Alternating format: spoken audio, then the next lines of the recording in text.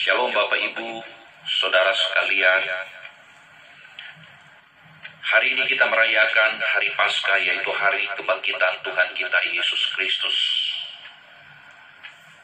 Dan kita sadari bahwa di mana kita merayakan Paskah tahun ini beda dengan Paskah tahun-tahun sebelumnya. Karena adanya COVID-19 ini, gedung gereja di mana-mana dianjurkan untuk tutup. Tapi saya mau katakan bahwa tidak mengurangi makna daripada hari raya itu sekalipun kita merayakan di rumah kita masing-masing. Firman Tuhan berkata bahwa kamu adalah bait Allah.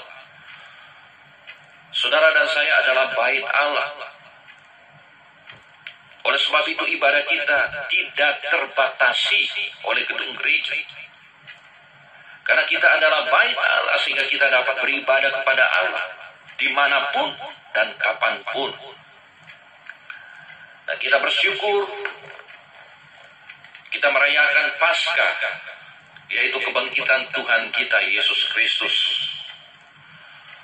Dan itu mengingatkan kita setiap tahun bahwa Tuhan yang kita percaya adalah Tuhan yang sudah bangkit dari antara orang mati.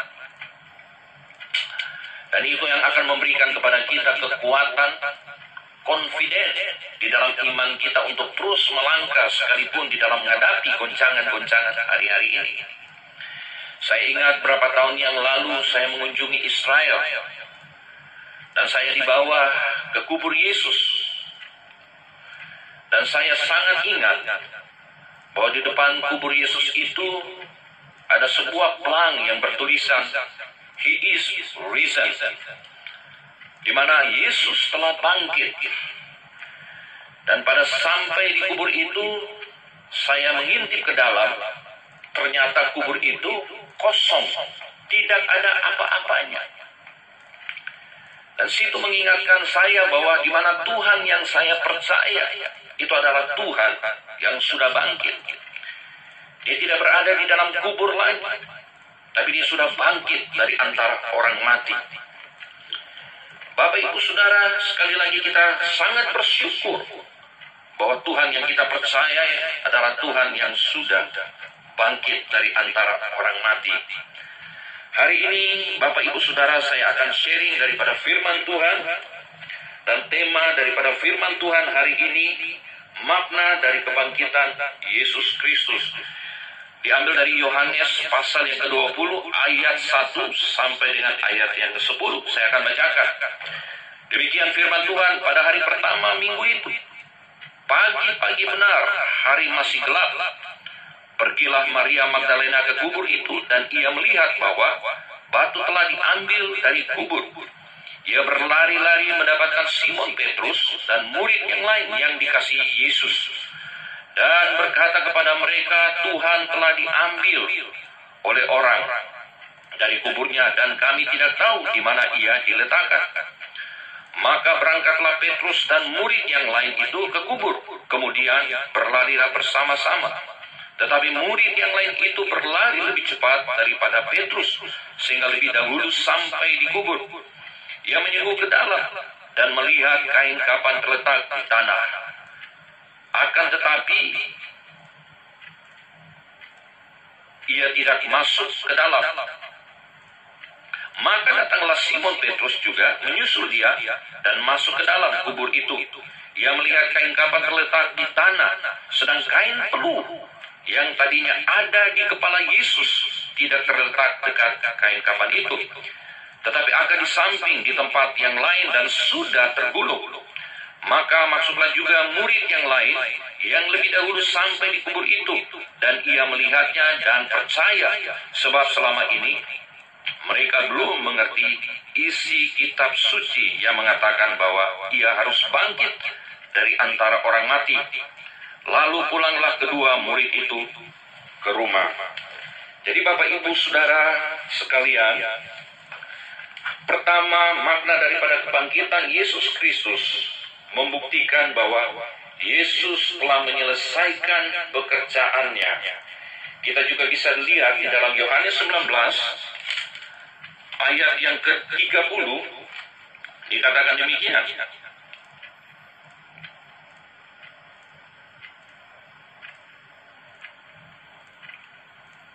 Sesudah Yesus meminum anggur asam itu, berkatalah ia, sudah selesai. Lalu ia menundukkan kepalanya dan menyerahkan nyawanya. Kata sudah selesai di sini artinya, saudara, di mana Yesus telah menyelesaikan karya keselamatannya. Oleh sebab itu, makna yang pertama daripada kebangkitan Kristus Yesus membuktikan Yesus telah menyelesaikan pekerjaannya. Yesus telah menyelesaikan misi penyelamatannya, yang dimana Bapa Surgawi telah merencanakan bukan hanya pada zaman Yesus, tapi juga permulaan daripada dunia diciptakan. Karena kita tahu Bapak Ibu Saudara bahwa Adam dan Hawa telah berbuat dosa, dan firman Tuhan mengatakan bahwa mereka menjadi takut malu karena mereka kedapatan telanjang sesudah mereka berbuat dosa, sehingga Adam dan Hawa harus menyembunyikan diri mereka. Tetapi apa yang terjadi yang dilakukan oleh Tuhan kepada manusia yang pertama ini? Tuhan telah merencanakan, Bapak Ibu Saudara, karya keselamatan jauh sebelumnya.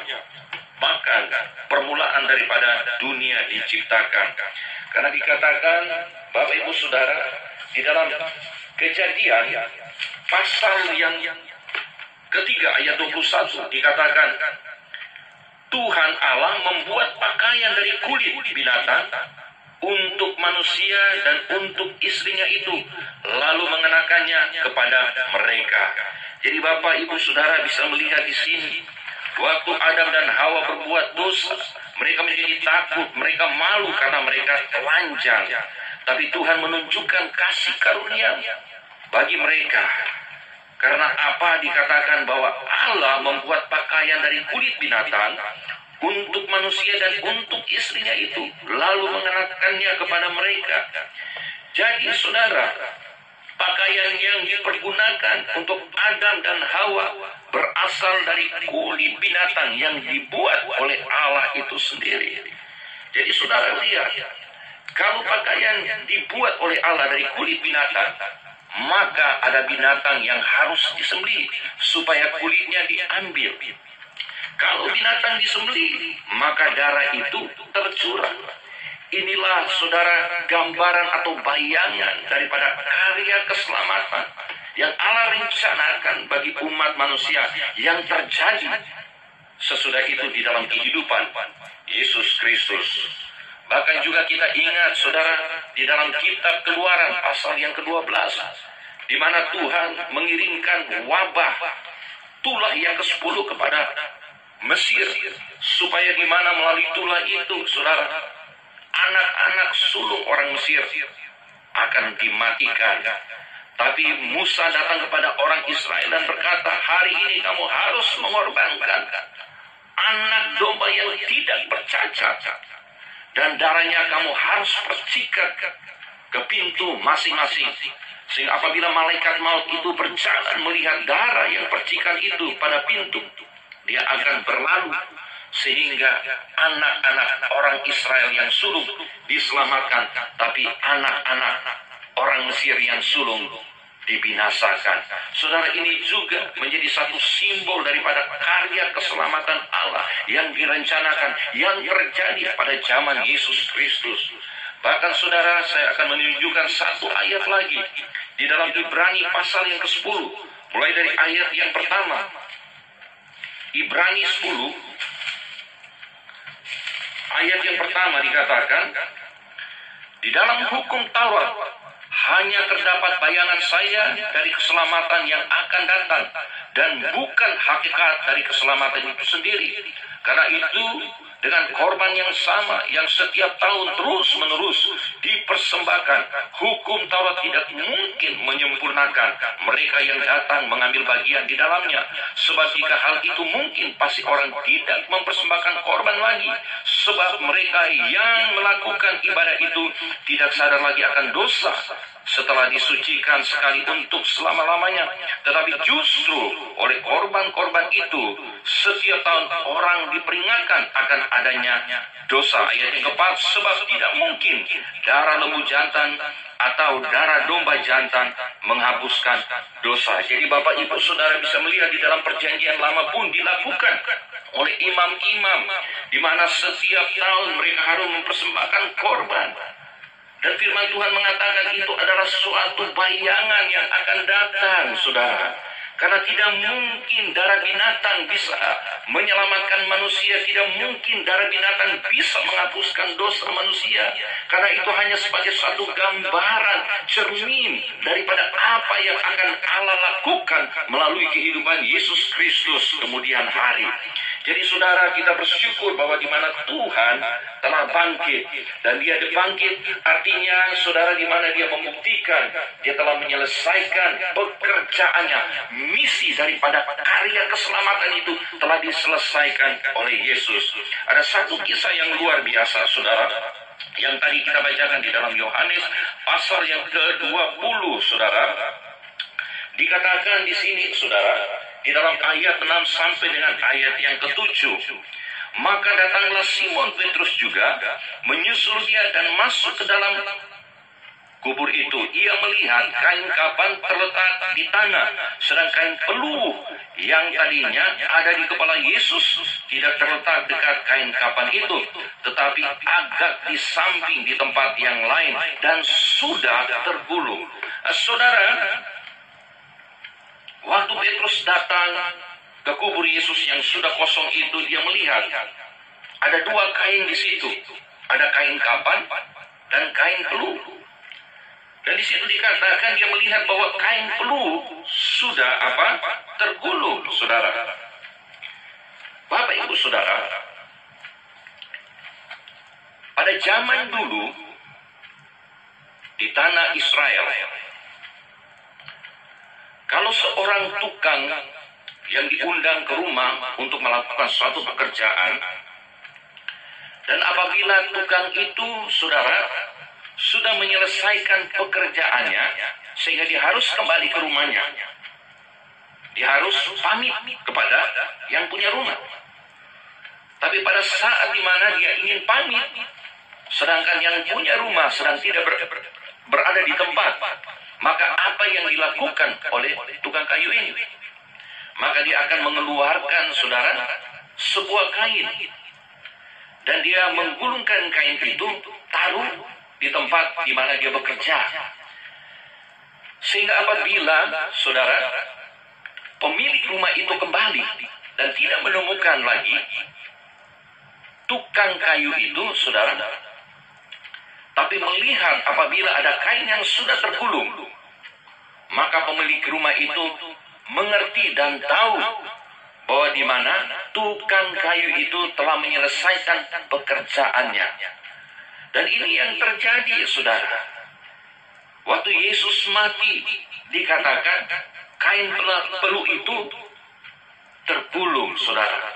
Itu membuktikan bahwa Yesus telah menyelesaikan pekerjaannya. Yesus telah menyelesaikan karya keselamatannya di dalam kehidupan saudara dan saya. Keselamatan yang Yesus berikan kepada kita adalah sempurna, perfect adanya. Karena dia yang menyelesaikan. Bukan seperti yang dilakukan oleh orang-orang Israel pada zaman perjanjian lama. Bukan yang dilakukan oleh imam-imam, di mana setiap tahun, saudara, mereka harus menyembelih binatang-binatang sebagai korban. Dan itu berkali-kali mereka lakukan, karena firman Tuhan mengatakan tidak mungkin darah seekor binatang bisa menghapuskan dosa. Tidak mungkin darah seekor binatang yang bisa menyelamatkan manusia. Hanya darah Yesus, dan Yesus telah melakukan dengan sempurna 2000 tahun yang lalu di atas kayu salib untuk saudara dan saya. Itu adalah makna yang pertama, Bapak Ibu Saudara, di mana menunjukkan kebangkitan Kristus Yesus, yaitu dia telah menyelesaikan karya keselamatan bagi kita semua. Makna yang kedua, Bapak Ibu Saudara, kita akan melihat sama-sama di dalam 1 Korintus 15. 1 Korintus 15 ayat 20 sampai dengan ayat 23. Saya akan bacakan 1 Korintus 15 ayat 20 sampai dengan ayat yang ke-23. Tetapi yang benar ialah bahwa Kristus telah dibangkitkan dari antara orang mati, sebagai yang sulung dari orang-orang yang telah meninggal. Sebab sama seperti maut datang karena satu orang manusia, demikian juga kebangkitan orang mati datang karena satu orang manusia. Karena sama seperti semua orang mati dalam persekutuan dengan Adam, demikian pula semua orang akan dihidupkan kembali dalam persekutuan dengan Kristus. Tetapi tiap-tiap orang menurut urutannya. Kristus sebagai buah sulung. Sesudah itu mereka yang menjadi miliknya pada waktu kedatangannya. Jadi Bapak Ibu Saudara, ini adalah makna kedua daripada kebangkitan Kristus. Kebangkitannya menyediakan kebangkitan bagi orang-orang percaya di akhir zaman. Dengan kebangkitan Kristus, Bapak Ibu Saudara, Dia menyediakan pintu kebangkitan bagi kita di kemudian hari. Karena apa? Tanpa kebangkitan Kristus tidak mungkin ada kebangkitan yang lain. Makanya firman Tuhan mengatakan bahwa Dia adalah yang sulung, yang bangkit terlebih dahulu, supaya menyediakan pintu kebangkitan bagi saudara dan saya. Tujuannya apa? Dikatakan Bapak Ibu Saudara, supaya kelak kita bisa bersama-sama dengan Kristus, kita bisa bersekutu dengan Kristus di dalam kekekalan. Karena Yesus mengatakan kepada murid-muridnya, aku pergi kepada Bapa untuk menyediakan tempat. Kalau tempat itu sudah tersedia, maka aku akan kembali dan menjemput engkau. Aku akan menjemput kalian semuanya, supaya di mana aku berada, di situ pun kalian berada.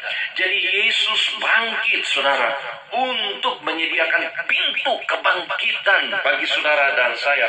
Kita perlu bersyukur Bapak Ibu Saudara, bahwa kita memiliki suatu kepastian bagi masa depan kehidupan kita. Mungkin bagi orang dunia, kematian itu suatu kengerian yang luar biasa. Tapi bagi saudara dan saya adalah orang-orang yang percaya kepada Kristus, kematian itu adalah suatu keuntungan bagi kita. Karena di mana kita akan hidup kembali bersama-sama dengan Kristus dan akan bersekutu dengan Kristus untuk kekekalan. Haleluya. Ini yang menjadi suatu penghiburan bagi kita, khususnya di hari-hari yang semakin tidak menentu ini. Bapak Ibu Saudara, apapun masalah, apapun persoalan yang mungkin engkau alami hari-hari ini, ketakutan, mungkin kekhawatiran yang saudara alami karena keadaan-keadaan hari-hari ini begitu mencekam. Tapi sekali lagi Bapak Ibu Saudara, kita memiliki iman yang teguh, pengharapan yang teguh, karena kita tahu bahwa Tuhan yang kita percaya sudah bangkit. Kebangkitannya itu untuk menyediakan pintu kebangkitan bagi kita, sehingga apapun terjadi di dalam kehidupan kita, kita tahu satu waktu, satu kelak kita akan bersama dengan Tuhan kita, bersekutu dengan Dia untuk kekekalan. Haleluya. Bapak Ibu Saudara, dan yang terakhir, saudara, makna daripada kebangkitan Yesus Kristus. Yang terakhir Bapak Ibu Saudara, makna daripada kebangkitan Yesus Kristus, kebangkitannya membuktikan Dia telah menang. Dia telah menang dari atas apa? Atas setan, atas dosa, atas maut.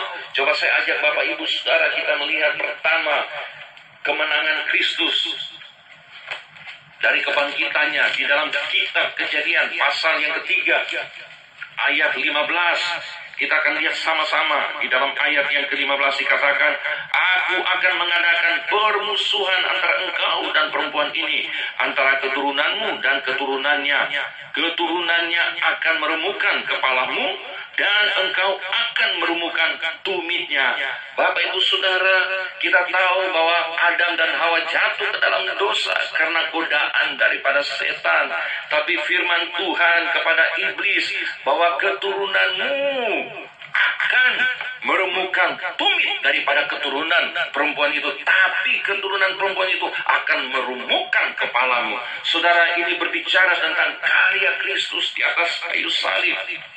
Saya mau katakan, saudara, mana yang lebih fatal, remuk kaki atau remuk kepala, saudara? Firman Tuhan mengatakan bahwa aku akan mengadakan permusuhan antara keturunan perempuan ini dan keturunan, di mana keturunanmu, yaitu keturunan iblis, akan meremukkan keturunan daripada wanita atau perempuan itu daripada tumitnya, tapi keturunan daripada perempuan itu akan meremukkan kepalamu. Saudara, saya mau katakan bahwa pada saat di mana Yesus disalibkan, iblis merasa senang, iblis bersuka cita karena dia menganggap bahwa dia sudah menang. Ini dikatakan bahwa di mana keturunan daripada iblis itu merumukkan keturunan daripada perempuan itu, dan yang mewakili keturunan daripada perempuan itu adalah Kristus Yesus itu sendiri. Saat dia naik di atas kayu salib, itu membuktikan di mana keturunan daripada iblis itu sedang meremukkan tumit daripada keturunan daripada perempuan itu, saudara. Sekali lagi iblis bersuka cita, dia senang, dia kira dia sudah menang. Tapi kita tahu bahwa di mana pada hari ketiga Yesus bangkit dari antara orang mati, keturunan daripada perempuan itu bangkit dari antara orang mati. Itu membuktikan di mana keturunan daripada perempuan itu meremukkan kepala daripada keturunan daripada iblis itu, saudara. Dan saya mau mengatakan, saudara, kalau tumit kita ini remuk, itu nggak fatal, kita tetap bisa hidup. Tapi kalau kepala kita yang mengalami remuk, maka itu fatal, bisa mengakibatkan kematian. Jadi pada saat saudara Yesus bangkit dari antara orang mati, itu membuktikan bahwa keturunan daripada perempuan itu meremukkan kepala daripada keturunan setan, saudara. Yesus telah menang dari setan, saudara. Kemenangannya itu sekali untuk selama-lamanya, saudara. Oleh sebab itu, Bapak Ibu Saudara, bukan hanya Yesus menang saja, tapi juga bagi orang yang percaya kepadanya, dia telah memberikan kemenangan bagi kita semua. Maka sebagai orang percaya, saudara, kita nggak perlu takut kepada setan, karena Tuhan yang kita percaya sudah menang. Bahkan dia telah memberikan kemenangan bagi kita. Itu yang pertama, kebangkitannya membuktikan dia telah menang atas setan. Dan yang kedua, kebangkitannya membuktikan dia telah menang atas dosa. Kita lihat sama-sama, Bapak Ibu Saudara, di dalam kitab Ibrani, pasal yang ke-9.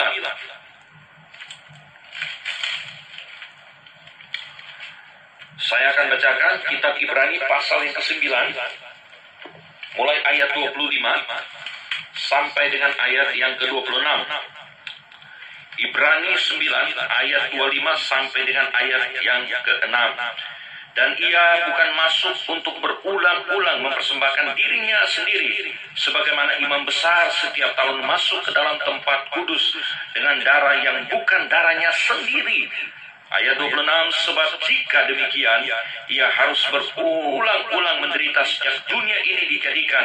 Tetapi sekarang ia, yaitu Yesus Kristus, hanya satu kali saja menyatakan dirinya pada zaman akhir untuk menghapuskan dosa oleh apa? Korbannya, oleh kematiannya di atas kayu salib. Haleluya. Jadi Bapak Ibu Saudara, ini adalah makna yang ketiga, kebangkitan Kristus memberikan kepada kita juga kemenangan atas dosa. Yesus telah menang atas dosa dan juga telah memberikan kemenangan bagi kita atas dosa. Dia telah meluputkan kita dari kuasa dosa, sehingga bersama dengan kita, bersama dengan Kristus, kita bisa mengalami kemenangan yang mutlak, saudara. Yang ketiga, saudara, kebangkitannya membuktikan dia telah menang atas maut. Kita akan lihat sama-sama di dalam 1 Korintus 15. 1 Korintus 15 ayat 54. 1 Korintus 15 mulai dari ayat yang ke-54. Saya akan bacakan sampai dengan ayat 56. Hai maut, di manakah kemenanganmu? Hai maut, di manakah sengatmu? Sengat maut ialah dosa, dan kuasa dosa ialah hukum Taurat. Yesus telah mati, dia telah bangkit, dan dia telah mengalami kemenangan dari maut, saudara. Maut tidak lagi berkuasa atas kehidupannya. Dan demikian pun juga Bapak Ibu Saudara, Yesus melalui kebangkitannya telah memberikan juga kepada kita kemenangan atas maut, saudara. Mungkin bagi orang dunia, maut itu adalah sesuatu yang sangat mengerikan, saudara. Tapi bagi kita, saudara, kita nggak perlu takut terhadap maut, karena Tuhan telah menang atas maut dan juga telah memberikan kita kemenangan atas maut. Dikatakan, saudara, hai maut, di manakah sengatmu? Bapak Ibu Saudara, ada satu kisah yang luar biasa. Satu hari, ada seorang ayah mengajak anaknya berjalan-jalan dengan memakai mobil. Hanya mereka berdua, seorang ayah dan anaknya yang masih kecil. Mereka menyusuri tempat-tempat yang sangat indah, dan di mana ayah daripada anak ini membuka seluruh jendela daripada mobil, sehingga mereka bisa menikmati udara yang segar. Dan tiba-tiba, saudara, tidak disangka-sangka, sambil nyetir ada seekor lebah masuk ke dalam mobil. Dan waktu anaknya melihat lebah itu, dia menjerit ketakutan, nangis, saudara. Tapi saudara tahu apa yang dilakukan oleh sang ayah? Pada saat di mana lebah itu terbang menuju anaknya, dia langsung mengulurkan tangannya, dia menangkap lebah itu. Waktu dia menangkap lebah itu, saudara, dia berpegang dengan erat-erat supaya lebah itu tidak terlepas dari genggaman. Dan apa yang terjadi, saudara? Lebah itu mulai menyengat tangannya. Dia membiarkan lebah itu yang ada pada tangannya menyengat tangannya, supaya lebah itu tidak menyengat anaknya, saudara. Dan kita tahu, Bapak Ibu Saudara, bahwa lebah itu hanya sekali menyengat. Dan ayah daripada anak itu mengizinkan tangannya itu disengat, saudara. Inilah yang Yesus lakukan di atas kayu salib. Apa yang dia lakukan, saudara, supaya kita bebas dari maut, supaya maut tidak menyengat kehidupan saudara dan saya. Yesus izinkan dirinya yang disengat di atas kayu salib, supaya saudara dan saya tidak harus naik di atas kayu salib itu. Oleh sebab itu, mata yang ketiga, Bapak Ibu Saudara, Yesus melalui kebangkitannya, dia memberikan kemenangan bagi kita atas setan, dosa, dan maut. Bapak Ibu Saudara, dia telah menanggung di atas kayu salib. Oleh sebab itu, salib adalah tempat di mana pertukaran itu terjadi. Saudara dan saya yang harusnya naik di atas kayu salib, saudara dan saya yang harusnya disengat oleh maut, tapi Yesus mengizinkan dirinya mengalami semuanya. Dia menggantikan posisi kita di kayu salib, supaya kita bebas, supaya kita menang, supaya kelak kita memperoleh hidup yang kekal. Inilah yang dilakukan oleh Tuhan bagi kita. Bapak Ibu Saudara, mungkin hari-hari ini kita sedang menghadapi tantangan-tantangan yang luar biasa, goncangan-goncangan yang luar biasa. Tapi saya ajak kita di hari Paskah ini tetap mengarahkan pandangan kita kepada Tuhan. Bahwa Tuhan yang kita percaya adalah Tuhan yang sudah bangkit. Bukan hanya sekedar bangkit, tapi dia telah menang. Dia telah menang, saudara. Dan dia berikan kepada kita kemenangan. Sehingga apapun yang terjadi hari-hari ini di dalam dunia, kita boleh melangkah dengan penuh kepastian. Kita boleh melangkah dengan penuh confidence. Karena kita punya iman kepada Tuhan Yesus. Mari kita arahkan pandangan kita kepada Tuhan, bukan kepada apa yang terjadi hari-hari ini. Saudara, kalau mengarahkan pandangan saudara kepada apa yang terjadi hari-hari ini, saudara akan menjadi takut, khawatir.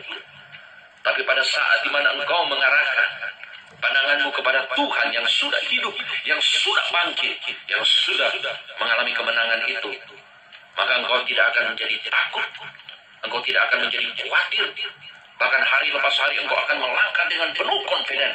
Karena engkau tahu siapa yang engkau percaya. Yaitu Tuhan yang sudah bangkit, yang sudah menang.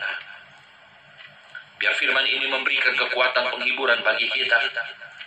Sehingga apapun tantangan masalah yang kita hadapi hari-hari ini, kita tidak pernah kecewa. Kita tidak pernah berputus asa. Tapi kita tetap melangkah. Shalom saudaraku yang dikasihi Tuhan Yesus. Kita mengucap syukur hari ini kita sudah bisa merayakan kemenangan, kebangkitan daripada Tuhan kita Yesus Kristus.